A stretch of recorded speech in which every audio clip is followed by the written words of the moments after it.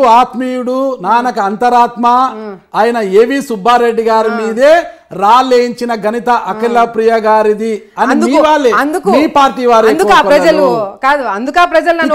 గతంలో మీ పార్టీలో ఉండి ఇప్పుడు అధికార పార్టీలో ఉన్న చాలా మంది నాయకులు తల్లికి మించిన తనయ 1999 తర్వాత జరిగిన ప్రతి మర్డర్ కేసులో శోభానారెడ్డి గారి హస్తం ఉంది అని ఈ రోజు ఎవరైతే ఆరోపిస్తున్నారో వాళ్ళే అంటున్నారు. అఖిల ప్రియ గారు కూడా అదే మెంటాలిటీనే. నాగరాజు గారు వాళ్ళు వీళ్ళు చెప్పింది నాకు చెప్పకండి. ఏ మర్డర్ కేసులో మా మదర్ ని ఇంక్లూడ్ ఆరోపణలు అదే అంటున్నారు. ఏ మర్డర్ అదే నా ఇంటర్వ్యూలోనే ఆరోపిస్తున్నారు. ఎవరు? ప్రతి మర్డర్ లో ఏ మర్డర్? ప్రతి మర్డర్ లో జరిగిన తర్వాత వేగ్గా మాట్లాడకండి. మీ మీద రెస్పెక్ట్ తోటి నేను ఇంటర్వ్యూలో కూర్చున్నా. సరే, ఇప్పుడు ఏ మర్డర్ జరిగిందని చెప్పి శోభానారెడ్డి గారి పేరు తీసుకొచ్చినారు. 99 తర్వాత అనేది నేను ఆరోపించేది కాదు. మీరు ఒక ఇంటర్వ్యూ చూసింటారు. ఆ ఇంటర్వ్యూలో కొంతమంది ఆరోపించినవి. ఆ తర్వాత మొత్తం కూడా రాజకీయాన్ని నడిపింది, పొలిటికల్ ఫ్యాక్షన్ నడిపిందంతా కూడా శోభానాగరెడ్డి గారే అన్న ఆరోపణలు మా ఇంటర్వ్యూలో చేసినారు. అదే మీ ముందు ఈ రోజు నేను ప్రస్తావిస్తున్నాను. నేను సరే బానే ఉంది.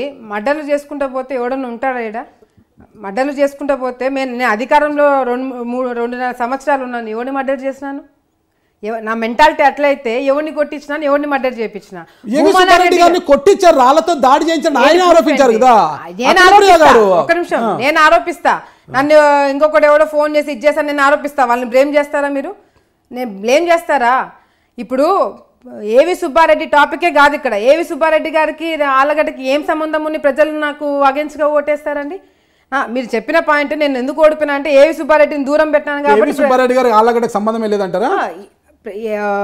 డైరెక్ట్ ఎలక్షన్ కి ఏమొచ్చినారు? డైరెక్ట్ గా ఏమన్నా ఇక్కడ ఇన్వాల్వ్ అయినారా? ఏవి సుబ్బారెడ్డి గారు సైకిల్ ర్యాలీ చేయాలని వచ్చినప్పుడు మీరు వ్యతిరేకించి అతనిపై రాళ్ళు వేయించారని అప్పుడు మొత్తం కూడా మీడియాలో అల్చలేంది. ఏవి సుబ్బారెడ్డి గారు కూడా అఖిల ప్రియ గారే గుండాలని, అఖిల ప్రియ గుండాలను అన్నిపై దాడి చేశారని ఆరోపించారు కదా. దానికోసం ప్రజలు నాకు ఓట్లేదని అంటున్నారా మీరు? అంటే అంటున్నారన్నమాట. దాడులు చేయించారా అంటే ఎగ్జాంపుల్ ఒక చెప్పారు, నేను అనడం కాదు. కాదు అట్లాంటప్పుడు నేను గంగులోల మీద చేపిస్తా కదా. ఏవి సుబ్బారెడ్డి మీద చేపిస్తే ఏవి సుబ్బారెడ్డి వైఎస్ఆర్సీపీ క్యాండిడేట్ కాదు కదండి. మీ పార్టీలో ఉన్న ఏవి సుబ్బారెడ్డి గారిని మీరు అణచివేతగా అణచివేశారు అని ఆయనే అన్నారు. ఇప్పుడు నేను అనేది కాదు. అఖిల ప్రియ గారు నా మీద టాపిక్ ఇంకొక యాంగిల్ కి తీసుకెళ్లిపోతున్నారు. ఈడ నేను ఎందుకు ఓడిపోయాను అనేది టాపిక్ అంతే కదా. ఇప్పుడు అందరూ మిద్ద రాంపులయ్య గారు కావచ్చు, మిద్ద రాంపులయ్య గారు కావచ్చు, మీ నాన్నగారికి ఆత్మీయుడు.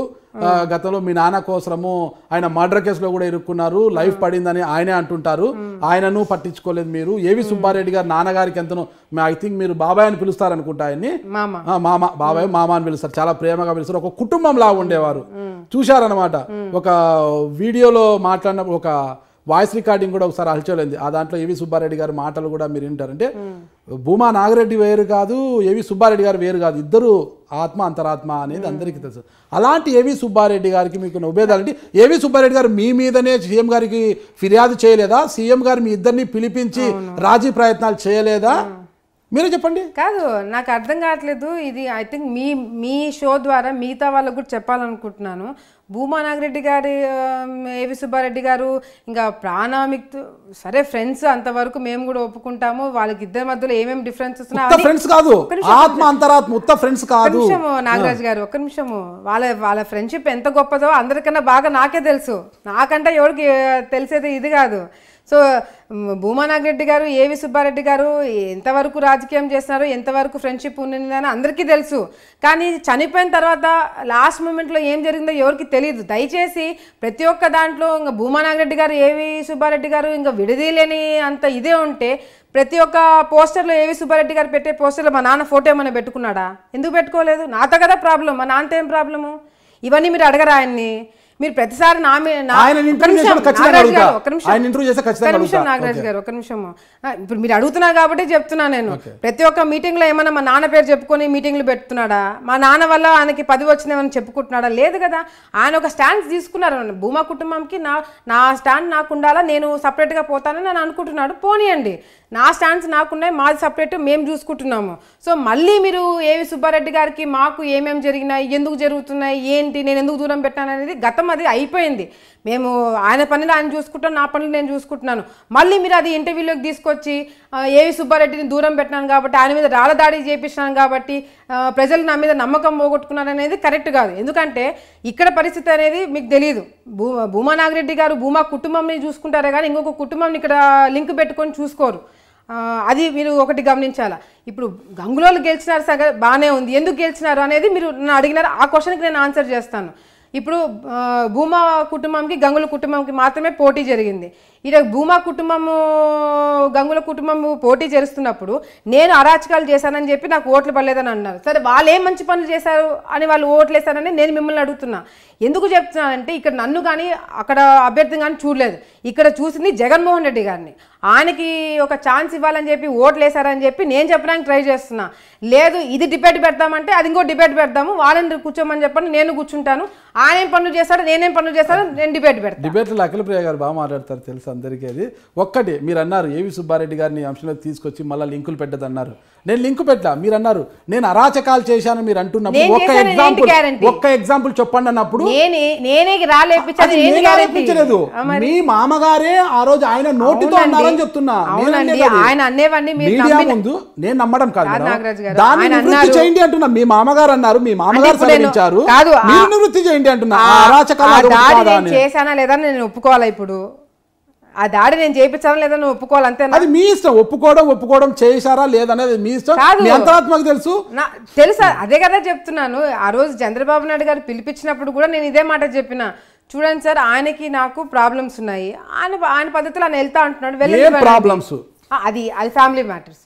అది ఫ్యామిలీ మ్యాటర్స్. మా ఫ్యామిలీనే కదా ఆయన స్టాండ్ అతనికి ఉందన్నప్పుడు ఫ్యామిలీ మ్యాటర్స్ అని ఎలా అంటారు మీరు? మా ఫ్యామిలీ ఇంక్లూడ్ ఉందండి, మాకు కలిసి బిజినెస్లు ఉన్నాయి, మా ఫ్యామిలీ మ్యాటర్స్ ఉన్నాయి, అన్ని అవన్నీ నేను మీడియా సెపరేట్. ఆయన వేరు, ఆయనని మా నాన్నతో ముడి పెట్టద్దండి, ఆయన వేరు మా నాయన వేరు. ఇప్పుడు ఆయన చేసే కార్యక్రమాలు మా నాయన ఫోటోలు పెడుతున్నారా, మా నాయన పేరు ఉంటుందా అని ఇంత విభేదించి మాట్లాడుతున్నా మీరు.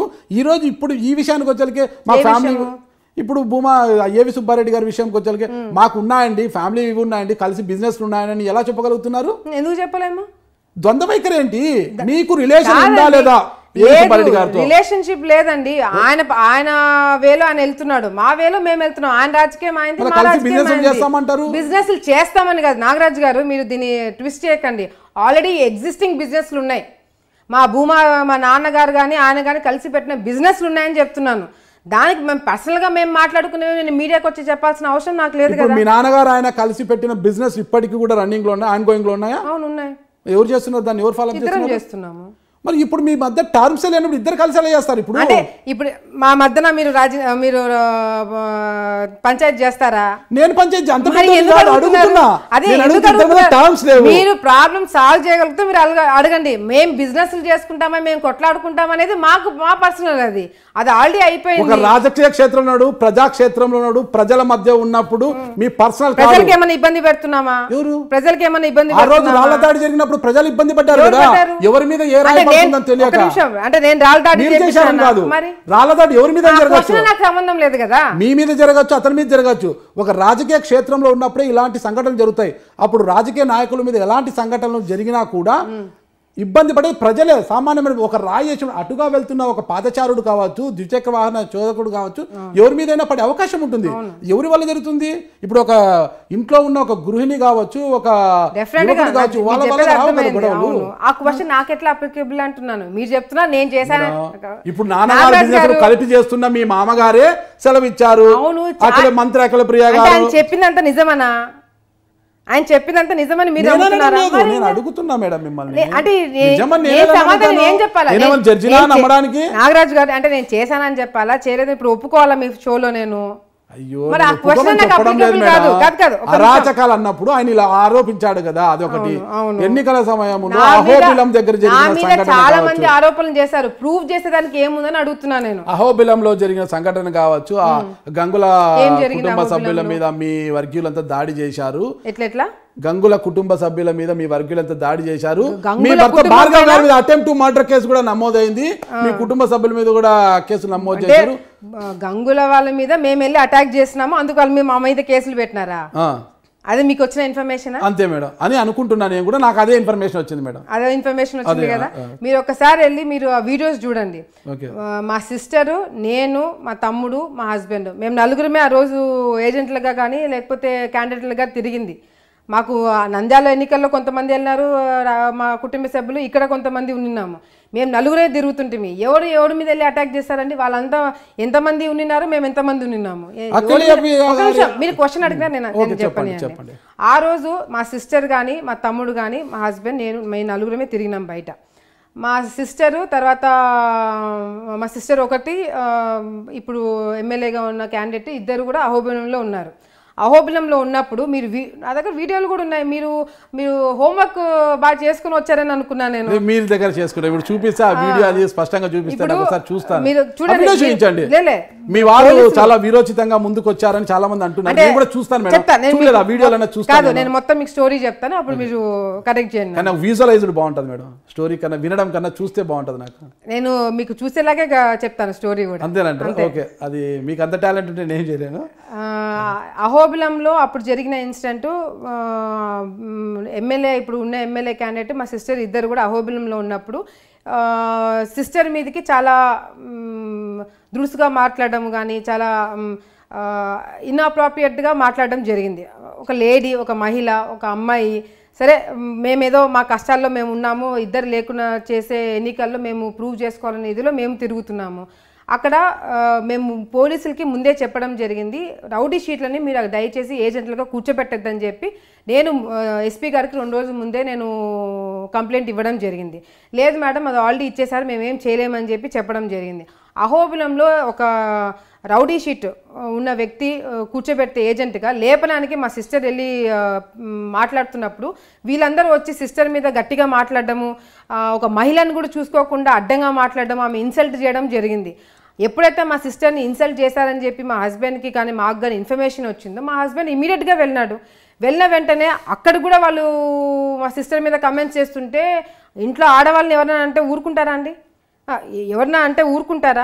లేకపోతే మా అందరికీ ఏమైనా క్రిమినల్ బ్యాక్గ్రౌండ్స్ ఉన్నా? ఎవరి మీద మాకు ఒకరి మీద కూడా కేసులు లేవే ఎప్పుడు కూడా.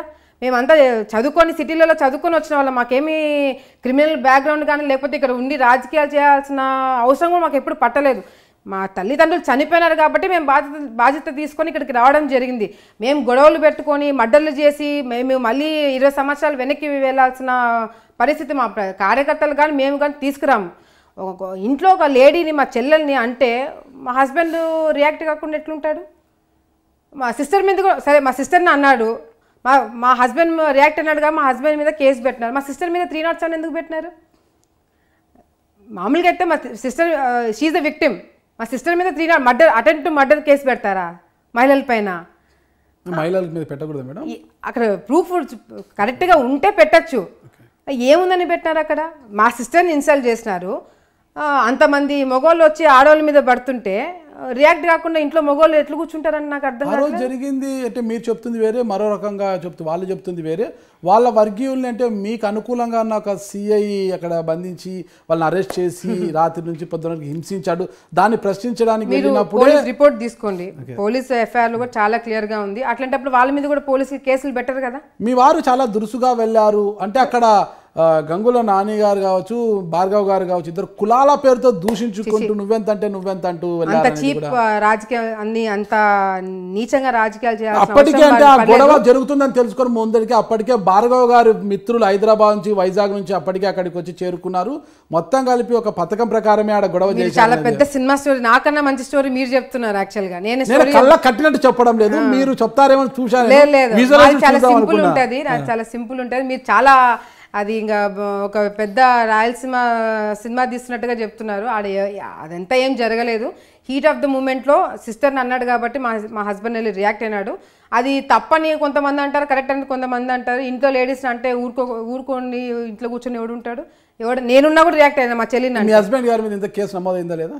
అయింది. అటు ఇప్పుడు ఎమ్మెల్యే క్యాండిడేట్ మీద కూడా కేసు నమోదైంది. అటుపక్క వాళ్ళు కేసులు పెట్టారు, మా మీద కూడా కేసులు పెట్టారు. పోలీసులు పెట్టిన కేసులే ఇవన్నీ కూడా. వాళ్ళు పెట్టింది కాదు, మేము పెట్టింది కాదు. పోలీసులు పెట్టిన కేసు, పోలీసు పెట్టిన కేసు. ఏమీ లేకపోయినా నిప్పు లేకపోయినా పోలీసులు గొడవ జరిగింది కాబట్టి కేసులు పెట్టినారు. గొడవ జరగలేదని అనట్లేదు, గొడవ జరిగింది. గొడవ జరిగితే అటెంప్ట్ మర్డర్ కేసుల వరకు పోతాయి అనమాట. ఉత్త గొడవలు జరిగితే అటెంప్ట్ మర్డర్ కేసు దెబ్బలు తగిలినాయి కదండి, ఆడ పోలీసులకు దెబ్బలు తగిలినాయి, రాళ్ళు వేసుకున్నారు, మా వాళ్ళకి దెబ్బలు తగిలినాయి, వాళ్ళకి దెబ్బలు తగిలినాయి, పోలీసులకి దెబ్బలు తగిలినాయి. ఏమీ చేయలేదు, అన్ని అభివృద్ధి చేసినా అఖిలప్రియ గారిని ప్రజలు ఓడించారు. ఓకే మేడం, ఇక పక్కన పెడతారు. అభివృద్ధి చేశారు కానీ తప్పులే చేయలేదని అనట్లేదు. లోకల్ లెవెల్లో నేను కూడా కొంతమంది క్యాండిడేట్లని నమ్మి కొన్ని విషయాలు వదిలేయడం జరిగింది. నేను నమ్ముకున్న వాళ్ళే కొంతమంది నాకు తెలియకుండా కొంచెం కరప్షన్లో చేశారని కూడా నాకు తర్వాత కొన్ని సంఘటనలు తెలియడం జరిగింది. నేను తప్పులే చేయలేదు, నేను చాలా కరెక్ట్గా ఉన్నాను, ఓన్లీ అభివృద్ధి చేశానని నేను అనట్లేదు. నా సైడ్ నుంచి కూడా తప్పులు జరిగినాయి. నాగరాజ్ గారు, ఇందాక మీరు ఒక పాయింట్ అన్నారు, గతంలో జరిగిన శోభా నాగిరెడ్డి గారు, భూమా నాగిరెడ్డి గారు ఉన్నప్పుడు జరిగిన మర్డర్లన్నీ కూడా మా మదర్ ప్లాన్ చేశారు. ఇప్పుడు నేను మా మదర్ చనిపోయిన 99 తర్వాత జరిగిన సరే 99 తర్వాత జరిగిన మర్డర్లో మా మదర్ ప్లానింగ్ చేసేది, తర్వాత నాకు ఆ మెంటాలిటీ వచ్చిందని మీరు ఒక పాయింట్ అన్నారు. యాక్చువల్గా మొన్న నేను మీ ఇంటర్వ్యూ ఒకటి చూసిన, దాంట్లో ఎవరైతే ఇజిగల్ రాంపూలారెడ్డి ఇంటర్వ్యూ మీరు తీసుకున్నారో ఆయన అన్నాడు, భూమా నాగిరెడ్డి గారు, శోభా నాగిరెడ్డి గారు చనిపోవడం వల్ల నాకు చాలా ఆనందం కలిగింది, వాళ్ళిద్దరు చనిపోయినందుకు చాలా సంతోషపడినామని చెప్పి అంటూ, సరే ప్రత్యర్థుల దగ్గర నుంచి మేము దానికన్నా ఎక్కువ ఏమీ ఎక్స్పెక్ట్ చేయలేం కానీ అంటూ, శోభమ్మ మర్డర్ కేసులో ఇట్లా ఈ విధంగా ఇన్వాల్వ్ అయ్యి మర్డర్ ప్లానింగ్ ఇవన్నీ చేసేది రాక్షసి అని చెప్పి ఒక మాట అన్నాడు. బుద్ధున్నోడు ఎవడు, రాజకీయాల్లో ముందుకు వెళ్ళాలనుకున్నవాడు, ప్రజల్లో ఉండేవాడు ఎవడు కూడా, బుద్ధునోడు ఎవడు మహిళల గురించి ఆ విధంగా మాట్లాడడం. నిజంగంటే శోభమ్మ కానీ భూమా నాగిరెడ్డి గారు కానీ ప్లానింగ్ చేసి ఈయన మీద స్కెచ్ చేసింటే బతికి బయటపడే ఛాన్సే లేదు. నాకు తెలిసి మా అమ్మ ప్లానింగ్ చేయకుండా మా నాన్నని కంట్రోల్ చేసి వేరే డైరెక్షన్లో తీసుకెళ్ళింది కాబట్టి ఈరోజు వీళ్ళు బతికి బయటపడ్డారని చెప్పి నేను అనుకుంటున్నాను. అదే మాట ఇజిగల్ రాంపూలారెడ్డి గారు కూడా అంటున్నారు, మేము ప్లాన్ చేసి ఉంటే మాకు దొరికి ఉంటే భూమా నాగిరెడ్డి గారు ఉండేవారు కాదని. అదే మాట ఇప్పుడు ఎన్నెన్నా మాట్లాడతాడు, ఇప్పుడు వాళ్ళిద్దరు లేరు కాబట్టి ఎన్నెన్నా మాట్లాడతాడు. ఇంటర్వ్యూలో ఒక మహిళ గురించి రాక్షసి అని చెప్పి మా అమ్మ గురించి అంత మాట్లాడుతున్నాడు. ఇదే మాట వెళ్ళి వైఎస్ఆర్సీపీలో ఉన్న జగన్మోహన్ రెడ్డి గారి ముందర మాట్లాడమని చెప్పండి, మా అమ్మ గురించి 4 పీకి పక్కన కూర్చోబెడతాడు. ఈరోజు శోభా నాగిరెడ్డి గారు ఆలగడ్డ ప్రజల గురించి వైఎస్ఆర్సీపీలో ఉన్నప్పుడు ఏ విధంగా కష్టపడిందో, జగన్మోహన్ రెడ్డి గారి ఫ్యామిలీ గురించి ఎంత కష్టపడిందో అనేది ప్రతి ఒక్కరికి కూడా తెలుసు. ఈరోజు అదే పార్టీలో ఉంటూ నువ్వు శోభా నాగిరెడ్డి గారి గురించి రాక్షసి అని చెప్పి ఇంకో విధంగా నువ్వు మాట్లాడితే, ఇది ఫస్ట్ టైం కాబట్టి మేము కూడా దాన్ని ఎక్కువ సీన్ చేయకూడదని వదిలేసినాను. ఇంకొకసారి మా అమ్మగారి గురించి, మా నాన్నగారి గురించి రాజకీయంగా ఏమన్నా మాట్లాడుకో, రాజకీయంగా వాళ్ళు నేరాలు చేశారు, ఘోరాలు చేశారు, ఏమన్నా చెప్పుకో, అంతేగాని రాక్షసి ఇట్లా వ్యక్తిగతంగా విమర్శలు చేస్తే మాత్రం మేము కూడా ఊరుకునే ప్రసక్తి లేదు. నోరు అదుపులో పెట్టుకొని మాట్లాడితే బాగుంటుందని చెప్పి కూడా ఆయనకు తెలియజేసుకుంటున్నాము. వైఎస్ఆర్సీపీ పార్టీలో ఉన్నాడు, అదే వైఎస్ఆర్సీపీ నాయకులు ప్రతి ఒక్క కార్యకర్తలు నాయకులు కూడా కాళ్ళు రొగ్గొడతారు, ఇంకొకసారి శోభమ్మ గురించి మాట్లాడతారని చెప్పి కూడా ఆయనకు తెలియజేసుకుంటారు. వాళ్ళకేం అవసరం, వైఎస్ఆర్సీపీ వాళ్ళకేం అవసరం. శోభా నాగిరెడ్డి గారు పార్టీ లేదు కదా, శోభమ్మ గారు అయిపోయారు, శోభమ్మ గారు మరణం నేను చెప్తా ఎందుకు ఈరోజు భూమా నాగిరెడ్డి గారు చనిపోయిన తర్వాత మేము పార్టీలో మారినాము, అదంతా ఓకే. జగన్మోహన్ రెడ్డి గారు జైల్లో ఉన్నప్పుడు ఆ రోజు విజయమ్మ గారికి తోడుగా శోభమ్మ గారు ఏ విధంగా కష్టపడినారో, శోభమ్మ గారి గురించి విజయమ్మ గారు ఏమనుకుంటున్నారో, లేదా జగన్మోహన్ రెడ్డి గారు ఏమనుకుంటున్నారో, షర్మిలక్క కానీ భారతక్క కానీ వీళ్ళందరూ కూడా ప్రతి ఒక్కరు శోభా నాగిరెడ్డితో చాలా అటాచ్డ్. అది పక్కన పెట్టినా కూడా ఒక కార్యకర్తగా ఏ విధంగా ఒక చిన్న స్థాయి కార్యకర్తగా శోభా నాగిరెడ్డి గారు వైఎస్ఆర్సీపీలో పనిచేయడం జరిగింది. ప్రతి ఒక్క కార్యకర్తతో, ప్రతి ఒక్క లీడర్తో, ప్రతి ఒక్క నాయకుడితో, ప్రతి ఒక్కరితో కూడా వైఎస్ఆర్సీపీ పార్టీని బలపరచడానికి శోభా నాగిరెడ్డి గారు ఏదైతే చేయాలో అవన్నీ కూడా చేయడం జరిగింది. అదే వైఎస్ఆర్సీపీ పార్టీలో ఉన్నప్పుడు షర్మిలక్క నంద్యాలకు వచ్చినప్పుడు ఆమెను కలవాల ఒక మహిళ వచ్చింది ఇంత దూరం నుంచి, ఆమెను కలవడానికి వెళ్ళాలా, భోజనానికి ఏదైనా తీసుకెళ్ళాలని ఒకే ఒక రీజన్తో, ఆ రోజు అవసరం కూడా లేదు, అమ్మ ఆలగడ్డలో ఉన్నప్పుడు అవసరం లేకపోయినా కూడా షర్మిలకు వచ్చిందని చెప్పి ఒకే ఒక రీజన్తో ఆ రోజు నైట్ బయలుదేరి ఆమెను కలవాలి, ఆమెను రిసీవ్ చేసుకోవాలని ఒకే ఒక రీజన్తో శోభా నాగిరెడ్డి గారు వెళ్ళి ఆ రోజు యాక్సిడెంట్లో చనిపోవడం జరిగింది.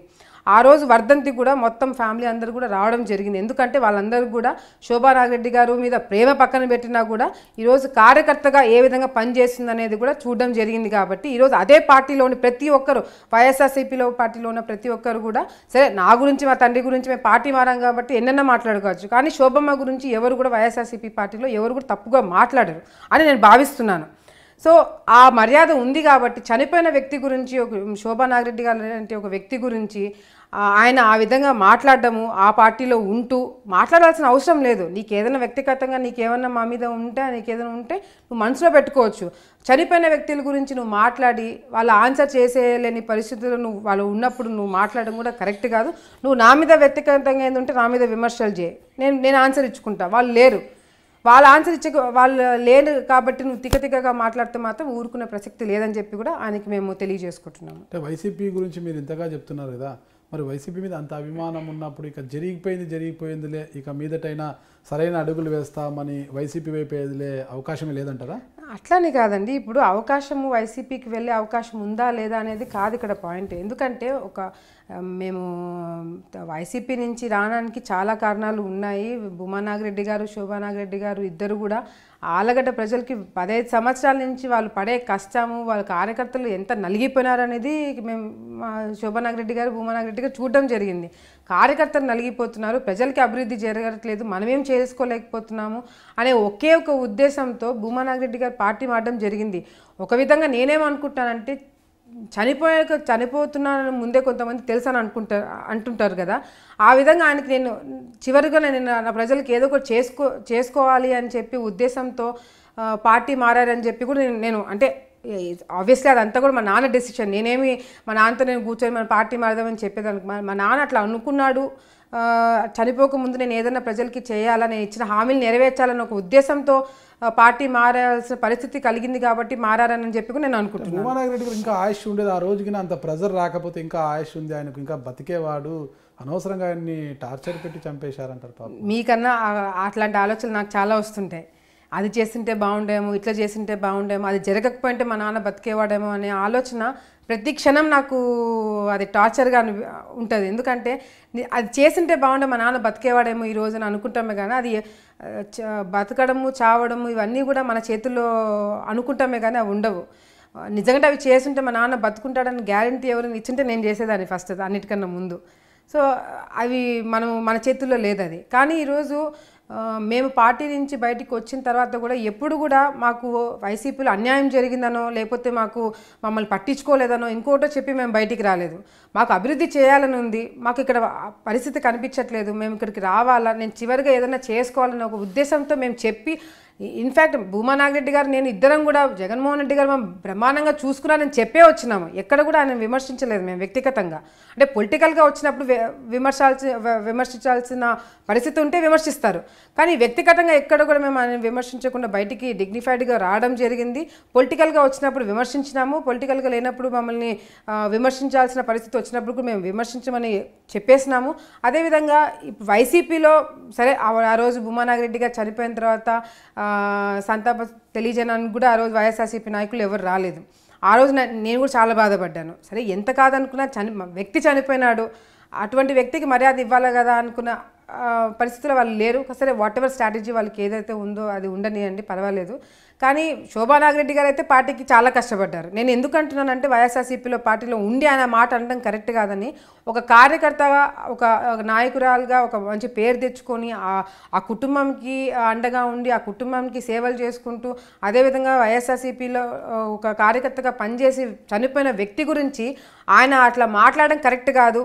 అది చుట్టుపక్కల వాళ్ళు కూడా అది హర్షించదని చెప్పి కూడా నేను అనుకుంటున్నాను. ఒకటి ఫైనల్గా ఒకటే చెప్పండి మేడం, ఈరోజు భూమా శోభా నాగిరెడ్డి గారు బతికి ఉంటే ఈరోజు వైఎస్ఆర్సీపీ అధికారంలోకి వచ్చింది కదా, అమ్మగారి పొజిషన్ ఎలా ఉండేదంటారు? అది నేను చెప్పడానికి లేదండి, డెఫినెట్గా మంచి పొజిషనే ఉండేది.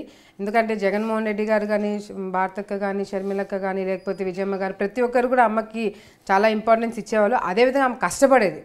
అంటే కేవలం ఒక పనే కాకుండా పార్టీలో ఉన్న ప్రతి ఒక్కటి కూడా ఆమె చేసుకుంటూ వచ్చేది. కాబట్టి డెఫినెట్గా పార్టీ పవర్లోకి వచ్చినప్పుడు ఎవరైతే కష్టపడ్డారో వాళ్ళందరికీ కూడా మంచి పొజిషన్స్ ఇవ్వడం జరుగుతుంది. తప్పకుండా అమ్ముంటే కూడా మంచి పొజిషన్లో ఉండేదని కూడా మేము అనుకుంటున్నాం. అందరూ కూడా ఈరోజు శోభా నాగిరెడ్డి బతికి ఉంటే ఆవిడే హోంమంత్రి అయ్యేవారు, డిప్యూటీ సీఎం హోంమంత్రి ఆవిడే అయ్యేవారు. ఉండిండొచ్చు అనిపించిందా అమ్మ ఉండింటే? కనీసం డెఫినెట్ అమ్మ ఉండింటే బాగుండేదని మంత్రివర్గ కూర్పు చూసినప్పుడు అమ్మ ఉంటే ఖచ్చితంగా ఈ మంత్రివర్గంలో ఉండేవారు. డెఫినెట్గా అనిపించింది. డెఫినెట్గా చాలాసార్లు నేను కార్యకర్తలు ప్రజలు ప్రతి ఒక్కరు నాకు తెలిసి వైఎస్ఆర్సీపీలో ఉన్న వాళ్ళు కూడా అనుకో ఉంటారు. డెఫినెట్గా అనుకున్నారు. అమ్మ లేని లోటు అప్పట్లో నాకు తెలిసి వైఎస్ఆర్సీపీకి కూడా ఉండింది, మాకు ఉండింది. మేము కూడా పార్టీ కష్టపడినాం. భూమా నాగిరెడ్డి గారు ఆయన కూడా జగన్మోహన్ రెడ్డి గారికి అండగా ఉండడానికి చాలా విధాలుగా ప్రయత్నించినారు, ఉన్నారు కొద్ది వరకు కూడా. సో ఎప్పుడైతే తప్పలేని పరిస్థితి ఉందో అది వాళ్ళ జగన్మోహన్ రెడ్డి గారికి తెలుసు, వాళ్ళ ఫ్యామిలీ మెంబర్స్కి అందరికీ తెలుసు. తప్పలేని పరిస్థితిలో బయటికి రావాల్సి వచ్చింది కాబట్టి వచ్చినామే, కానీ లేకపోతే వ్యక్తిగతంగా అయితే మాకు ఎటువంటి డిఫరెన్సెస్ లేవు. ఓకే, కనీసం మిద్దె రాంపులే గారు మీ నాన్నకి ఆత్మీయ ఆయన వచ్చినా కూడా ఆయన ఎవరో తెలియనట్టుగా మీరు మాట్లాడారు అనేది కూడా లేదు, అది వాస్తవం కాదు. ఓకే, అది వాస్తవం కాదు. మిద్దె రాంపులే గారికి మీ హయాంలో ఎలాంటి ప్రయోజనాలు జరిగాయంటారు? ఏం జరిగాయో నాకు తెలియదు కానండి, నేను వచ్చిన వాళ్ళకన్నిటి కూడా నన్ను అది నాకు క్లోజ్ ఉన్న వాళ్ళు కానీ, నాకు పరిచయం లేని వాళ్ళు కానీ, నాకు లోకల్గా వచ్చే పబ్లిక్ కానీ ఎవడైనా నా దగ్గరకు వచ్చి నాకు పనులు అడిగినా కూడా నేను చేసి పెడతాను. ఒకవేళ ఏదైనా కొన్ని కారణాల వల్ల జరగకపోయిండొచ్చు, కానీ లేకపోతే మాత్రం నేను వచ్చిన ప్రతి ఒక్క పర్సన్ని కూడా కూర్చోబెట్టి పరిస్థితి ఏందో కనుక్కొని వాళ్ళ పనులు చేయడం కూడా జరిగింది. అందరినీ కలుపుకుపోవడంలో విఫలమయ్యారు అఖిలప్రియ గారు. అందరినీ కలుపుకుపోయింటే అటు ఏవి సుబ్బారెడ్డి గారిని కావచ్చు, అప్పట్లో ఇరగల రాంపులారెడ్డి గారిని కూడా పార్టీ మారుకోకుండా ఏమైనా నిలుపుదల చేసుకుంటే బాగుండేది. ఇక మిద్దె రాంపుల ఇలాంటి వారంతా కూడా కలుపుకొని పోయి ఉంటే విజయము ఖచ్చితంగా వరించేది. ఎవరు గ్యారంటీ ఇస్తారు? వారే గ్యారంటీ ఇచ్చేవారేమో. మీరు అందరినీ నాకు గ్యారంటీ ఇస్తారులే, నాకు ఎవరు గ్యారంటీ ఇచ్చేవాళ్ళు? వీళ్ళందరినీ కలుపుకొని పోయింటే నేను గెలిచేదాన్ని. వాళ్ళే గ్యారంటీ ఇచ్చేవాళ్ళు. నాకు గ్యారంటీ ఇచ్చే వాళ్ళు లక్షల మంది ఉంటారు. వీరు గ్యారంటీ ఇస్తే నేను ఎట్లా నమ్ముతాను? ఇప్పుడు నేను ఓడిపోయినాను కాబట్టి ఇవన్నీ చెప్పొచ్చు. నేను గెలిచింటే వీళ్ళందరినీ దూరం పెట్టి మంచి పని చేసేవాళ్ళు. టీడీపీలో ఉన్న ఇరిగల రాంపులారెడ్డి గారు ఎందుకు పార్టీ మారాల్సి వచ్చింది అంటే, చూడండి, ఇరిగల రాంపులారెడ్డి వాళ్ళు కానీ లేకపోతే గంగులోలు కానీ మేము కానీ ఒకే పార్టీలో ఎప్పుడు కూడా లేము. ఇది ఫస్ట్ టైం నాకు తెలిసి ఈ పరిస్థితి రావడం. అది కూడా చంద్రబాబు నాయుడు గారు అందరిని కలుపుకొని పోవాలని వాళ్ళకి చెప్పినారు, మాకు చెప్పినారు కాబట్టి చాలా రోజుల వరకు వాళ్ళు కూడా పార్టీలో బతుకున్నప్పుడు ఇరిగల రాంపులారెడ్డి గారు భూమా నాయుడు గారు ఒకే పార్టీలో ఇదయ్యారు. అదే చెప్తున్నా, చంద్రబాబు నాయుడు గారు అందరిని కలుపుకొని పోవాలని చెప్పారు కాబట్టి చాలా రోజుల వరకు కూడా మేము ఒకే పార్టీలో ఉండడం జరిగింది. లేకపోతే ఇటువంటి పరిస్థితి నాకు తెలిసి ఇంతకు ముందు కూడా ఎప్పుడు లేదు, ఒకే పార్టీలో మేము అందరం కూడా ఉండడం. సో గంగులోలు వెళ్ళిపోయిన తర్వాత వీళ్ళు ఉండిపోయినారు కొన్ని రోజులు, తర్వాత వీళ్ళు కూడా వెళ్ళిపోయినారు. ఓకే, ఈ అభివృద్ధి ఇవన్నీ మీరు చేశారు, ఏదైనా చిన్న చిన్న తప్పుల వల్ల మీరు ఓడిపోయారు అనేది పక్కన పెడితే మరో రకంగా మరో శాతం కూడా కొంతవరకు ఇది తోడైందంటారు. మీ భర్త భార్గవ్ గారు కాపు సామాజిక వర్గానికి చెందిన వారు కావడంతో ఇక్కడ ఆళ్ళగడ్డ అంటే రెడ్డి సామాజిక వర్గం ఎక్కువ అధికంగా ఉంటారు, వాళ్ళ డామినేషన్ ఎక్కువ ఉంటుంది. అంటే భార్గవ్ గారు ఎక్కువ కాపులకు ప్రాధాన్యత ఇవ్వడం వల్ల రెడ్లు మీకు పెద్దగా అనుకూలంగా పని చేయలేదు, ఈ కారణంగానే ఓడిపోయారు. మిగతా కాన్స్టిట్యున్సీలో జిల్లాలో ఎక్కడ కూడా కర్నూలు జిల్లాలో ఒకటి సీటు కూడా రాలేదు కదా తెలుగుదేశం పార్టీకి. దానిలో కారణం అవన్నీ పక్కన పెడితే ఆళ్ళగడ్డ అంటేనే భూమా నాగిరెడ్డి గారి అడ్డా ఇది. ఇక్కడ అఖిలప్రియ గారు ఓడిపోతారు, భూమా కుటుంబం నుంచి ఓటమి వస్తుంది అనేది ఎవరు అనుకోలేదు. ఎందుకు అనుకోలేదు? అరాచకాలు చేశాను అని అంటున్నారు. నేను అలాంటిది ఓడిపోయారు కాబట్టి ఇవన్నీ వస్తున్నాయి అనేది అంటున్నా కదా. భూమా కుటుంబం నుంచి ఓటీ వస్తుంది ఎవరు అనుకోరు ఓటమిని. చూడండి, ఇవన్నీ వచ్చాయి కాబట్టి ఇవన్నీ వినిపిస్తున్నాయి. నా పర్సనల్ నా మ్యారేజ్ కానీ, నేను ఎవరిని చూస్ చేసుకుంటాను కానీ, నేను క్యాస్ట్ని బట్టి చూస్ చేసుకోవాలా లేకపోతే ఇక్కడ రెడ్ నేను జనరల్గా చెప్తున్నా. సో నేను సరే మా హస్బెండ్ కాపు కావడంతో ఇక్కడ వీళ్ళందరూ రియాక్ట్ అయినారు, లేకపోతే వీళ్ళందరూ రెడ్లు నాకు చేయలేదనే దానికి ఆ కారణమని నేను అనుకోవట్లేదు. ఎందుకంటే నేను ఇందాక చెప్పినట్టుగా కూడా జగన్మోహన్ రెడ్డి గారికి ఒక అవకాశం ఇవ్వాలి, ఆయనను ముఖ్యమంత్రిగా చూసుకోవాలనో లేకపోతే ఒక అవకాశం ఇవ్వాలని చెప్పి చాలామందికి ఉండిండొచ్చు, ఉంది కాబట్టి ఈ రిజల్ట్స్ వచ్చాయని చెప్పి నేను అనుకుంటున్నాను. ఒకటి, మా హస్బెండ్ కాపులందరూ పక్కకు తీసుకురావడము. ఫస్ట్ ఆఫ్ ఆల్ మా హస్బెండ్ మాకు పెళ్ళై 8 months అవుతుంది. ఈ 8 monthsలో ఎంత రాజకీయం అనుభవం ఎవరికీ లేదు. ఆయన పొలిటికల్ బ్యాక్గ్రౌండ్ కాదు, లేకపోతే రాజకీయాల్లో ఇంట్రెస్ట్ ఉండి వచ్చిన పర్సన్ కాదు. ఆయన విదేశాల్లో ఉద్యోగం చేస్తూ ఆయనకంటూ బిజినెస్లు చూసుకుంటూ ఆ బ్యాక్గ్రౌండ్ నుంచి వచ్చారే కానీ కాపు వర్గము రెడ్లు లేకపోతే ఇవన్నీ మైండ్లో పెట్టుకొని ఇక్కడికి వచ్చి కూర్చోలేదు. ఎప్పుడైతే ఇక్కడికి వచ్చి కూర్చున్నాడో ఇవన్నీ ఉన్నాయని తెలుసుకోవడం జరిగింది. తర్వాత జనరల్గా కూడా ఇప్పుడు కొంతమందికి ఆ ఫీలింగ్ ఉన్న వాళ్ళు సపరేట్గా వచ్చి కలవడం కానీ ప్రత్యేకంగా వాళ్ళని చూడడం కానీ జరిగిండొచ్చు. అంతేగాని ఆ డిఫరెన్సెస్ చూశారు పెట్టారని చెప్పితే మాత్రం వాస్తవం కాదని నేను అనుకుంటున్నాను. అంతేకాకుండా అంటే ఎవరు ఏ పని మీద వచ్చినా కూడా మీరు వెళ్ళి భార్గవతో మాట్లాడండి, భార్గవ గారితో మాట్లాడండి అని చెప్పేవారు. అది కూడా ఒక కారణంగా ఉండేదని ఇప్పుడు వినిపిస్తున్న మాట. లేదేమ్మా, నా చుట్టుపక్కల ఉన్న వాళ్ళు ఎవరికి ఒక్కొక్కరికి ఒక రెస్పాన్సిబిలిటీ ఇచ్చినాము. ఇప్పుడు మీడియాకి సంబంధించి అంటే ఎన్నికల టైంలో మాత్రమే మా హస్బెండ్ ఇన్వాల్వ్ అన్నాడు, దానికన్నా ముందు కాలేదు. మళ్ళీ అది కూడా నేను క్లారిఫై చేస్తున్నాను, ఎందుకంటే మాకు పెళ్ళే 8 months అవుతుంది కదా. ఎప్పుడైతే ఎలక్షన్స్ నేను క్యాంపెయినింగ్ యాక్చువల్గా 2 months ముందే స్టార్ట్ చేశాను, ఎందుకంటే ఈ మంత్రి పదవి ఉండడంతో క్యాబినెట్ మీటింగ్ ఇవన్నీ ఎక్కువ ఉంటాయి కాబట్టి లాస్ట్ మూమెంట్లో రావాల్సి వస్తుందని చెప్పి నేను 2 months ముందే గ్రామాల్లోకి చేయడం జరిగింది. సో ఎప్పుడైతే నేను గ్రామాలకి వెళ్ళడం స్టార్ట్ చేశానో నాకు మీడియా మేనేజ్మెంట్ కానీ, లేకపోతే అక్కడ లోకల్గా పబ్లిక్ని కానీ, లేకపోతే సోషల్ మీడియా మేనేజ్ చేసే వాళ్ళని కానీ, యూత్ని కానీ, లేకపోతే అక్కడున్న ఇన్ఫర్మేషన్ కానీ ఇవన్నీ తీసుకోవడానికి ఒక్కొక్కరికి ఒక వింగ్ నేను అప్పగించడం జరిగింది. మా హస్బెండ్ కూడా కొన్ని రెస్పాన్సిబిలిటీ తను వచ్చిన వెంటనే నా సెక్యూరిటీని కానీ, లేకపోతే సోషల్ మీడియా కానీ, లేకపోతే మీడియా మేనేజ్మెంట్ కానీ మా హస్బెండ్ తీసుకోవడం జరిగింది. అది కాకుండా ఇంకా కొంతమందికి ఎవరికైనా లోకల్గా ఏదైనా ప్రాబ్లమ్స్ వచ్చినా, చిన్న చిన్న ఫోన్లు చేయాలన్నా, ఆ చిన్న చిన్నవి ఏదైనా ఉన్నా కూడా మా హస్బెండ్ దగ్గరకు వచ్చి, ఎందుకంటే నేను బయట తిరుగుతున్నాను కాబట్టి ఇంట్లో మా హస్బెండ్ ఉండేవాడు. హస్బెండ్ పొజిషన్లో మా తమ్ముడు ఉన్నా, లేకపోతే నా ఫ్యామిలీ మెంబర్స్ ఎవరున్నా కూడా నేను అంటే పెత్తనం అంతా మీరు మీ భర్తకు అప్పచెప్పారు కాబట్టి అది కూడా ఒక కారణమైంది. కనీసం సొంత అంటే తల్లి స్థానంలో ఉన్న మీరు సొంత తమ్ముడు ఒక పని అడిగినా, ఖర్చులకు డబ్బులు అడిగినా మీ భార్గవని అడుగు అనేంత పరిస్థితి తెచ్చిపెట్టారు ఇంట్లో, అది కూడా కారణమైంది అనేది ఇప్పుడు వస్తున్న మా ఫ్యామిలీ మెంబర్స్ లో మీరు ఆ క్వశ్చన్స్ దూరి మాకు పెట్టాలని. అయ్యో నేను ఎక్కడ పెట్టడం లేదు మేడం, అంటే మీరే కాదు, నేను అఖిలప్రియ గారి ఓటమికి విశ్లేషించినప్పుడు వచ్చిన సందర్భాలు ఇప్పుడు కాదు. ఈ క్వశ్చన్ ఎక్కడి నుంచి వచ్చింది? ఇలా నాకు చెప్తున్నవే ఆలగడ్డలో వినిపిస్తున్న మాటలే నేను మీ ముందు తెచ్చి పెడుతున్నా. అట్లయితే ఆ క్వశ్చన్ అడగాల్సిన నన్ను కాదు, మా తమ్ముడు. నాకు అఖిలప్రియ గారు సోదర సమానరాలు, నాకు ఎటువంటి ఇది లేదు. నాన్నగారితో నాకు మంచి పరిచయాలు ఉన్నాయి, నాకు అమ్మగారితో అంటే లేదు. అమ్మగారు ఉన్నప్పుడు నేను పెద్ద కలిసి, నాన్నగారితో నాకు మంచి పరిచయాలు, రెగ్యులర్ మాట్లాడాను. మీరు నాకు సోదర సమానులు, ఎప్పుడు కూడా మీతో నాకు మంచి రిలేషన్. ఈ రోజు ఎవరికి మీరు ఇంటర్వ్యూలో నేను అడిగితేనే ఇచ్చారు. బట్ అయితే నేను వచ్చే ముందు నాకంటూ కొంత ఇన్ఫర్మేషన్ కావాలి కదా, అడిగాను కాబట్టి ఇవన్నీ అంటే నాకు తెలియదు. లేదు నాగరాజ్ గారు, నేను నవ్వుతూనే చెప్తున్నాను. ఇప్పుడు అది అడుగుతున్నా కాదు, మా తమ్ముడికి ఖర్చులకి కావాలంటే మా హస్బెండ్ అదొక పెద్ద నేరంగా ఘోరంగా ఎందుకు చూడాలి? దాన్ని కూడా ఇక మీరు ఇవ్వకపోతే భూమా బ్రహ్మానంద రెడ్డి గారే ఇచ్చేవారు జగత్ విఖ్యాతికి. ఇది కూడా బెంగళూరులో మా చెల్లిని అడిగినాడు అని చెప్పలేదు. కాదండి, ఒక ఫ్యామిలీ మ్యాటర్స్ ఇంత ఓపెన్గా ఎవరో మీకు చెప్పినారని మీరు సరే మీరు క్లోజ్ కాబట్టి నేను కూడా దానికి పెద్ద రియాక్ట్ కావట్లేదు. కానీ అట్లయితే మీరు అడిగిన క్వశ్చన్ మా తమ్ముడిని అడగండి ఫోన్ చేసి, మా తమ్ముడు ఏం సమాధానం చెప్తారో చూడండి. ఇప్పుడే ఫోన్ చేయండి, నాకేం ప్రాబ్లం లేదు. నేను ఫోన్ చేస్తే నేను పరిచయం లేదు కదా, ఒకవేళ నేను పరిచయం ఉండింటే క్లోజ్ ఉండింటే నేను చెప్తున్నా చూడండి, మా ఇంట్లో ప్రతి ఒక్కరం కూడా చాలా ఇండివిజువల్గా పెరిగినాము. ఎవరి మీద కూడా డిపెండ్ కాము. మా husband very understanding and very individual person. ప్రతి ఒక్కరిని కూడా చాలా అండర్స్టాండ్ చేసుకొని ముందుకు వెళ్ళడం జరుగుతుంది. ఎందుకంటే తను వచ్చిన బ్యాక్గ్రౌండ్ వేరు, నేను వచ్చిన బ్యాక్గ్రౌండ్ వేరు. తను ఒక న్యూట్రల్ ఫ్యామిలీ నుంచి, యూనిక్ ఫ్యామిలీ నుంచి వచ్చాడు. నేను జాయింట్ ఫ్యామిలీ నుంచి వచ్చాను కాబట్టి జాయింట్ ఫ్యామిలీలో ప్రతి ఒక్కరం కూడా ఒక ఇండివిజువల్ లాగా పెరిగినాము. ప్రతి ఒక్కరికి మాకు ఫ్రీడమ్ మాకు సపరేట్గా ఉంటుంది. సో ఎవరితో ఎట్లా డీల్ చేయాలా, ఎవరితో ఎంత జాగ్రత్తగా ఇది చేయాలా. ఎందుకంటే జాయింట్ ఫ్యామిలీలో ఎక్కడ చిన్న పొరపాటుగా ఒక మాట అటు ఇటు అన్నా ఫ్యామిలీ ప్రాబ్లమ్స్ డెఫినెట్గా వస్తాయి. సో అవన్నీ కూడా గతంలో చూశాడు, తెలుసుకున్నాడు కాబట్టి ఏదైనా మాట్లాడినా కూడా, ఏదైనా చెప్పినా కూడా చాలా కేర్ఫుల్గా డీల్ చేస్తాడు. అండ్ ఇన్ఫ్యాక్ట్ నాకన్నా ఎక్కువ మా తమ్ముని స్పాయిల్ చేసేది భార్గవే. స్పాయిల్ చేయడం అంటే ప్యాంపర్ చేస్తాడు, గారాబం.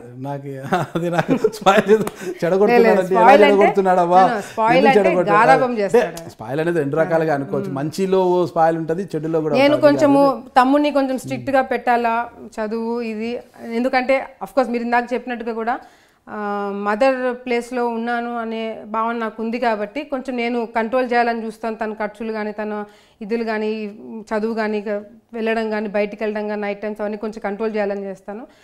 హస్బెండ్ మాత్రం కొంచెం ఫ్రీ హ్యాండ్ ఇస్తుంటాడు. అంటే లేదు ఈ ఏజ్ కదా. బాగా క్లోజ్ ఉంటారా? బాగా క్లోజ్ ఉంటారు. నాకు తెలియకుండా వెనకాల చాలా చేస్తుంటారు. అంటే నాకు తెలియకుండా ఏదైనా పనులు చేయించుకోవడం కానీ, లేకపోతే నేను ఏదైనా వద్దంటే భార్గవ దగ్గరికి వెళ్తాడు, లేకపోతే బ్రహ్మం దగ్గరికి కూడా వెళ్తాడు. అట్లా జరుగుతూ ఉంటాయి ఫ్యామిలీలో. అంతేనా? ఇంకా ఏమైనా చేస్తుంటారా? ఏం లేదు, బావతో ఏమన్నా చెప్తుంటాడంటే అన్ని ఈ మధ్య కొంచెం బాగా క్లోజ్ అవుతున్నారు. మొన్న ట్రిప్ కూడా ముగ్గురం పోయినాము. సో ఇద్దరు బాగా క్లోజ్ అయినారు. ఓకే. అండర్స్టాండింగ్. ట్రిప్కి వెళ్ళిన తర్వాత ఇంకా క్లోజ్నెస్ ఇంకా క్లోజ్ పెరిగింది. ఇంకా నన్ను ఎట్లా ఏడిపియాలని ఇద్దరు ప్లాన్ చేస్తుంటారు. అది కూడా ఉంది మళ్ళా బాగా. అక్క కళ్ళల్లో ఆనందం చూడాలి కానీ అక్కని ఏడిపియాలని చూస్తారా తమ్ముడు ఎక్కడైనా? తమ్ముళ్ళు ఎప్పుడు ఇరిటేటింగ్ ఉంటారు కొన్నిసార్లు. తమ్ముడు అలాగే ఉంటాడా? అబ్బా చాలా అండి, నన్ను బాగా సతాయిస్తాడు. అవునా? అంటే ప్రాంక్స్ ఎక్కువ చేస్తుంటాడు. ఓకే. మీ వారి ఇంటి పేరు మేడం? మీ భార్గవ్ అంటే మీ భర్త భార్గవ్ గారి ఇంటి పేరు ఏంటి? మద్దూర్. మద్దూర్ భార్గవ్. మద్దూర్ భార్గవరామ్ నాయుడు. మద్దూర్ భార్గవరామ్ నాయుడు. Okay madam. మీరు భూమా అఖిలప్రియ గారు. ఒకటే డౌట్ ఉంది, ఇక మీదటి నుంచి ఏంటి భూమా అనేది ఒక బ్రాండ్ కదా, భూమా అఖిలప్రియగానే మీరు రాజకీయాల్లో ముందుకు పోతారా లేదంటే మద్దూరు అఖిలప్రియగా ముందుకు పోతారా అన్నది అందరికీ అనుమానంగా ఉంది. దీనికి ఒకసారి నివృత్తి చేయాలి మీరు. ఓన్లీ అఖిలప్రియ అంటే పెళ్లి చేసుకున్న తర్వాత మద్దూరు అఖిలప్రియ అని అంటే మాత్రం నేను రాజకీయాల్లో ఉండేదని కాదు. నేను రాజకీయాల్లో ఉన్నన్ని రోజులు కూడా నా పేరు భూమా అఖిలప్రియగానే ఉంటుంది. రాజకీయాల్లో ఉన్నంత వరకు భూమా అఖిలప్రియ. రాజకీయాల నుంచి దూరం వచ్చినప్పుడు దూరం వచ్చే ఛాన్సే లేదు. వచ్చేలేదు, ఎప్పటికీ లేదు. ఎప్పుడు ప్రజల్లోనే ఉంటాం, ఊపిరినంత వరకు అదే. అయితే భూమా అనేది మీ పేరు నుంచి పక్కకు పోయే అవకాశం లేదు. ఎందుకు చెప్తున్నానంటే భూమా నాగిరెడ్డి గారు చనిపోతున్నప్పుడు నాకు ఇచ్చిన బాధ్యత ఆళ్ళగడ్డ, నా కుటుంబం. సో ఆళ్ళగడ్డ బాధ్యత నేను తీసుకున్నాను కాబట్టి భూమా నాగిరెడ్డి గారు, శోభా నాగిరెడ్డి గారు కోసమే నేను రాజకీయాలకు వచ్చాను కాబట్టి వాళ్ళ కోసమే నేను బాధ్యతలు తీసుకున్నాను కాబట్టి ఎప్పుడు కూడా నేను వాళ్ళ కూతురుగానే భూమా అఖిలప్రియగానే ఉండిపోతాను. ఆళ్ళగడ్డను వీడరు, భూమాను వీడరు, రెండు మీతోనే ముడిపడి ఉంటాయి. ఓకే మేడం, బాగా చెప్పారు. ఓకే. ఇకపోతే అంటే మీ నాన్న యొక్క సన్నిహితులు కావచ్చు, పార్టీలో గతంలో ఉన్న వారు కావచ్చు, ఎవరైనా మీ సన్నిహితులు వారిని కలుపుకుపోవడం పక్కన పెడితే మీ కుటుంబ సభ్యులు కూడా సరిగ్గా కలుపుకోలేదు. మీ కజిన్స్ కొంతమంది తిరుపతిలో అక్కడ ఉన్నారు కదా, వాళ్ళని కూడా కలుపుకోలేదు. వాళ్ళని దగ్గర రానిస్తే మీకు భవిష్యత్తులో ఎక్కడ పోటీ అవుతారన్న ఉద్దేశంతో వారిని అలాగే దూరంగా ఉంచేశారు తప్పితే వాళ్ళని కూడా దగ్గరికి రానిలేదు. అందరినీ కలుపుకొని పోయి ఉంటే భూమా ఫ్యామిలీకి ఓటం అనేది దరిదాపులకు కూడా వచ్చేది కాదు. నన్ను చాలా పెద్ద విలనీ చేసేస్తున్నారు మీరు. నేనేదో చాలా సింపుల్ గా నేను నా పనులు చేసుకుంటూ నేను ఎవరి మీదకి పోకుండా నేను ఇప్పుడైతే అదే ఉంది, అఖిలప్రియ గారు విలన్ అనే ఉంది మార్కెట్ లో. ఎందుకు అట్లా మరి ఆ బ్రాండ్ ఎట్లా తుడిపేసుకుంటారు మీరు అనేది? తుడుపుకోవడం ఎందుకు ఉండని. నేనేమన్నా ఇప్పుడు any publicity is good publicity అంటారు కదా, అనుకోనియండి. నేను ఎందుకు అలా ఉంటే కష్టం కదా మరి. మా నాన్న ఎప్పుడు చెప్పేవాడు any publicity is good publicity అని. అంతేనంటారా? ఇప్పుడు మీరు చెప్పినట్టుగా కూడా నాకు ఫ్యామిలీలో అన్ని ప్రాబ్లమ్స్ ఉండి అంత చేస్తే ఈ ఫ్యామిలీని నేను ఇంత దూరం తీసుకొచ్చేదాన్ని అవకాశం ఉండేది కాదు. నా ఎలక్షన్స్లో అందరూ వచ్చి తిరిగిన వాళ్ళే, ఇక్కడ తిరిగినారు, నంద్యాలలో తిరిగినారు, అన్ని చోట్ల తిరిగినారు. మాకు ఫ్యామిలీ ప్రాబ్లమ్స్ పెట్టాలని లేకపోతే మీకు ఎవడు ఇన్ఫర్మేషన్ ఇచ్చాడో కూడా వాడిని కూడా దాన్ని 4 పీకాల మా వాళ్ళే అంటారు, ఎవడో కూడా నాకేదో సోర్స్ ఉంటుందండి, ఆ సోర్స్ మీరు భయపెడితే నాకు ఇంకోసారి ఆ సోర్స్ కూడా ఎవడో అన్నాడు నాతో పాటు తిరిగే అయిందచ్చు. ఓకేనండి. ఆళ్ళగడ్డ అంటేనే అందరికీ గుర్తొచ్చేది భూమా నాగిరెడ్డి గారే. మంచికి కావచ్చు చెడుకు కావచ్చు భూమా నాగిరెడ్డి గారే గుర్తొస్తారు. చెడు అంటే ఎంతకైనా వెళ్తారు, మంచి అయినా ఎంతగా వెళ్తారు అనేది ఒకటి ఉంటుంది. కానీ భూమా నాగిరెడ్డి గారు తర్వాత అఖిలప్రియ గారు తన భర్త భార్గవని భూమా నాగిరెడ్డి స్థానంలో నిలబెట్టి మరో భూమా నాగిరెడ్డిలా తయారు చేయాలనుకుంటున్నారు.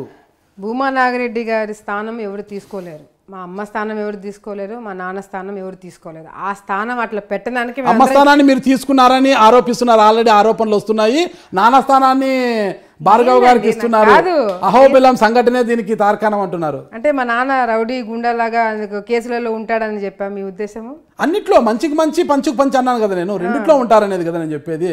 నేను అదే చెప్తున్నాను. ఇప్పుడు నాన్నగారు గుండా కాదు రౌడీ కాదని నేను చెప్పకపోయినా కేసులు మర్డర్ కేసులు అవి ఇవి అందరికి తెలిసినదే. నేను మంచి అని చెప్పలేను, చెడు అని చెప్పలేను. మంచికి మంచు చెడుకు చెడు అని నేను చెప్తున్నా. కేసులు ఉన్న వాళ్ళందరూ చెడ్డవాళ్ళు కాదు, కేసులు లేని వాళ్ళందరూ మంచి వాళ్ళు కాదు. ఇప్పుడు భూమా నాగిరెడ్డి గారు, శోభా నాగిరెడ్డి గారు మీరు అడిగిన క్వశ్చన్కి భూమా నాగిరెడ్డి గారిని, శోభా నాగిరెడ్డి గారి స్థానము నేను కానీ నా హస్బెండ్ కానీ ఇద్దరం కూడా ఆ స్థానంలో ఉండాలని ప్రయత్నించట్లేదు. వాళ్ళిద్దరి స్థానం అట్లా ఉండడానికి మేమందరం కష్టపడుతున్నాము. మా హస్బెండ్ కానీ, నేను కానీ, నా సిస్టర్ కానీ, మా బ్రదర్ కానీ, మా అక్కలు కానీ, బావలు, అన్నలు, వదినలు ప్రతి ఒక్కరు కూడా ప్రతి ఒక్క ఎలక్షన్కి వచ్చి వాళ్ళు చేయాల్సిన పనులు కానీ లేకపోతే వాళ్ళ బాధ్యతలు తీసుకోవడం కానీ చేయడం జరిగింది. అది ఇంతవరకు ఎక్కడ కూడా దేవుడి దయ వల్ల ఎక్కడ కూడా ఫ్యామిలీ డిస్టర్బెన్స్ రాదని కూడా నేను మనస్ఫూర్తిగా కోరుకుంటున్నా. అటువంటిది ఏదైనా వాళ్ళకి ఏదైనా కావాలని ఏదైనా డిస్టర్బెన్స్ వచ్చినా కూడా ఫస్ట్ పర్సన్ 4 మెట్లు దిగానే అడ్జస్ట్ అయ్యేది నేను ఉంటాను ఫస్ట్. ఎందుకంటే బాధ్యతలు మా నాన్న కానీ మా అమ్మ కానీ అన్న పిల్లల కోసం ఎంత చేసినారనేది నేను కళ్ళారా చూసిన. మమ్మల్ని ఎట్లా పెంచినారో వాళ్ళని కూడా అట్లే పెంచినారు. ఒకవేళ నిజంగా అంటే ఆ స్థానంలో ఎవరు రాకూడదు, మేమే ఉండాలనే ఆలోచన నాకుంటే నేను భూమా బ్రహ్మానందరెడ్డి గారి పేరుని పెట్టేదాన్ని కాదు, మా సిస్టర్ పేరే పెట్టుకునేదాన్ని. లేకపోతే టికెటే వద్దు, నాకు ఎంతో కొంత ఇవ్వండి, నేను పోతానని చెప్పి అనేదాన్ని. కానీ మా బ్రదర్ని పెట్టేదాన్ని కాదు. అందరితో కొట్లాడి మా బ్రదర్ని నేను ఒప్పించి, మా బ్రదర్ కూడా ఇంట్రెస్ట్ లేకపోతే ఆయన కూడా ఒప్పించి, లేదు నువ్వు ఉండాలి అని చెప్పి పెట్టేదాన్ని కాదు. ఈరోజు నేను ఫ్యామిలీ విషయంలో నేను చాలా క్లారిటీతో ముందుకెళ్తున్నాను. ఎవరు బయట వాళ్ళు కానీ, నా పక్కన ఉన్న వాళ్ళు కానీ, నాకు వెన్నుపోటు పొడిచే వాళ్ళు కూడా చాలామంది ఫ్యామిలీలో డిస్టర్బెన్స్ పెట్టాలని చూస్తున్నారు. ఈరోజు నా బలం నా ఫ్యామిలీ. నాకు నా తల్లిదండ్రులు లేని తర్వాత నాకు వాళ్ళిద్దరు లేని లోటు ప్రజలు ఎట్లాగో తీరుస్తున్నారు, కార్యకర్తలు ఎట్లాగో తీరుస్తున్నారు. కానీ నాకు ఇంట్లో నాకు తల్లి లేని లోటు, నాకు తండ్రి లేని లోటు తీర్చేది మా అక్కలు, మా అన్నలు, మా బావలే. ఏదేమైనా కూడా భూమా నాగిరెడ్డి కుటుంబానికి ఓటమి వచ్చినా ఓడిపోయినా కూడా మేమున్నంత వరకు భూమా బ్రాండ్ చెరిగిపోదంటూ భార్గవ్ గారు ఇటీవల సంచలన వ్యాఖ్యలు చేశారు. ఆ బ్రాండ్ ఎప్పటికీ ఉంటుందని. అంటే అలా ఏమన్నా మరో భూమా నాగిరెడ్డిలా మారుతారా అల్లగడ్డలో అనేది ఇక్కడ అందరూ అంటున్నారు. లేదు, చాలా తప్పుగా ప్రొజెక్ట్ అవుతుంది ఇది. మా హస్బెండ్ ఇక్కడికి రావడానికి మెయిన్ రీజన్ నా కోసం. ఎందుకంటే హస్బెండ్ అండ్ వైఫ్ ఇద్దరు పాలిటిక్స్లో ఉంటే అది వేరు. వైఫ్ ఒకటి పాలిటిక్స్లో ఉండి, అంటే నాకు మా ఫాదర్ ఉండి మా మదర్ ఉండి నేను రాజకీయాల్లో ఉంటే మా హస్బెండ్ ఇక్కడికి వచ్చి చేయాల్సిన అవసరం ఉండేది కాదు, ఇంతమందితో మాటలు పడాల్సిన అవసరం ఉండేది కాదు, కేసులు పెట్టించుకోవాల్సిన అవసరం కూడా ఉండేది కాదు. కేవలము నేను ఇబ్బంది పడకూడదు, నా కోసము నేను ఒంటరిగా నేను ఇబ్బంది పడకూడదు అని చెప్పి ఒకే ఒక రీజన్ తోటి నాకు సపోర్టింగ్ ఉండాలని తనకున్న నాలెడ్జ్ కానీ, తనకున్న స్ట్రెంగ్త్ కానీ, తనకున్న ఆలోచనలు కానీ నాకు ప్లస్ అవ్వాలని చెప్పి కోరుకునే మొదటి వ్యక్తి మా హస్బెండ్. ఆ ఒకే ఒక రీజన్ కోసం నా కోసం వచ్చి ఇక్కడ కష్టపడి చేస్తున్నాడే కానీ ఇంకొక రీజన్ లేనని కూడా లేదు. ఆయనకు బిజినెస్లు ఉన్నాయి, ఆయన పని అనుకుంది, ఆయన చదువు ఉంది, ఆయన బ్యాక్గ్రౌండ్ అనుకుంది. వాళ్ళు వెల్ సెటిల్డ్ హైదరాబాద్లో వాళ్ళకి కావాల్సిన వాళ్ళకు ఉన్నాయి. ఇక్కడికి వచ్చి కేసులు పెట్టించుకోవాల్సిన అవసరం మా ఆయనకి లేదు. ఇక్కడికి రావడానికి మెయిన్ కారణం ఏంటంటే మా హస్బెండ్కి మా ఫాదర్ మీద చాలా అఫెక్షన్ ఉంది. అండ్ ఇన్ఫ్యాక్ట్ చనిపోక ముందు మా ఫాదర్తో బాగా ఇంటరాక్ట్ అవ్వడంతో మామ అత్త ఇద్దరు లేరు, నాకు ఆ లోటు ఉంది. ఆయన చివరిగా చెప్పిన మాట ఫ్యామిలీ అంటే ఎంత ఇంపార్టెంటో ఆయనకి నేను చూడడం జరిగింది. ఆయన చనిపోయినాడు అనే ఒక ఉద్దేశంతో రావడం జరిగింది. భూమా నాగిరెడ్డి గారు చనిపోకముందే మీ భర్త గారితో బాగా పరిచయం ఉండేదా? పరిచయం అంటే ఇద్దరు బిజినెస్లు చేశారు, ఇద్దరు కలిసి. ఓకే, కలిసి బిజినెస్ లో ఇన్వెస్ట్ చేశారు. సో అట్లా ఆ సందర్భంలో ఏమన్నా మిమ్మల్ని చూసి ఆయన అట్రాక్ట్ అయ్యారా? లేదు, మేమిద్దరం ఫ్రెండ్స్. యాక్చువల్ గా మేమిద్దరం ఫ్రెండ్స్. మేము యాక్చువల్ కామన్ ఫ్రెండ్స్. మా కామన్ ఫ్రెండ్ ఒక అమ్మాయి ఉంది. ఆ అమ్మాయి ద్వారా మేము ఒక చాలా ఇయర్స్ నుంచి తెలుసు అంతే. తర్వాత డాడీతో బిజినెస్లో ఎంటర్ అయిన తర్వాత నుంచి పరిచయం పెరిగింది. ఏజ్ ఫ్యాక్టర్ చాలా ఉంటుంది కదా, అంత ఏజ్ ఫ్యాక్టర్ ఉన్నప్పుడు డాడీతో బిజినెస్ చేయడం అంటే ఒక మా హస్బెండ్ వాళ్ళ ఫాదర్కి నాన్నకి పరిచయాలు ఉన్నాయి అప్పట్లో. సో అట్లా మా మామయ్య గారు చెప్పడంతో భార్గవ్ హాంకాంగ్ నుంచి వచ్చిన తర్వాత ఏదో బిజినెస్లో ఇన్వెస్ట్ చేయాలన్న ఉద్దేశంతో కామన్గా మాట్లాడుతున్నప్పుడు ఇట్లా భూమా నాగిరెడ్డి గారు ఈ విధంగా ఇన్వెస్ట్ చేయాలనుకుంటున్నారు, ఒక వ్యక్తి ఉండి చూసుకోవడానికి బిజినెస్ అంతా కావాలి అని చెప్పినప్పుడు మా డాడీ మా మామయ్య ఫ్రెండ్స్ అవ్వడంతో అట్లా మా హస్బెండ్ ఇన్వాల్వ్ అయినారు. సో అట్లా మా నాన్న తెలుసు అనమాట. అంటే ముందు నుంచి మీ హస్బెండ్ గారికి మీకు పరిచయం ఉంది? ఉంది.